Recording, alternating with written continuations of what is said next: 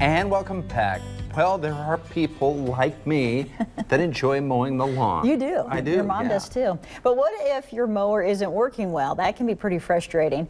In this sponsored story, we had to study implement to get some ideas on how to keep your mower running perfectly. Maybe your lawn isn't looking great. There could be a reason for that. We're at Studdite Implement at Syracuse, and we're getting a little Mowing 101 class here. I'm joined by Arlie Jones. You've been here a long time. 13 years in March, so. What are some of the things that people forget to do that maybe cause their lawn not to look very good or their mower not to work very well? So two of the main things that I would probably suggest would be to always check your oil and be aware of what type of gas you're using. So before you start your mower, I would always check my oil and make sure that the oil level is at the proper level, because obviously an engine needs oil to run. So if you're low on oil, it may damage the engine. And then fuel and stuff like that, you're gonna wanna make sure that you're using quality fuel that's not more than maybe 30 days old. If you've had gas sitting in your barn or garage since last year, you're probably going to want to dump that out somewhere where they will safely dispose of it and start fresh this year.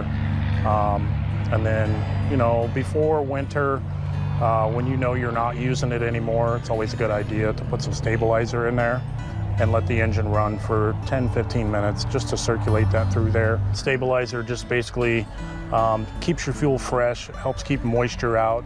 Any moisture that may get in your fuel from storage, the stabilizer will actually attract that moisture, and if it's not a lot, it will help run it through. What else should we know? What are some other things that could help?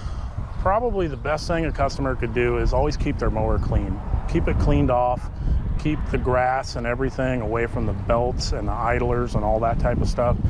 Just because that stuff builds up on there, and then there's friction in there, and that stuff will heat up. It has potential to catch fire. It has potential to have hold moisture in there, and that can ruin bearings. And as far as maybe keeping your blades sharpened, that's always good to get the look of your yard looking good. Right, so if you got a dull blade, you can usually tell a couple of days after you've mowed if your blades are dull, because the tips where they were cut will be kind of brownish colored.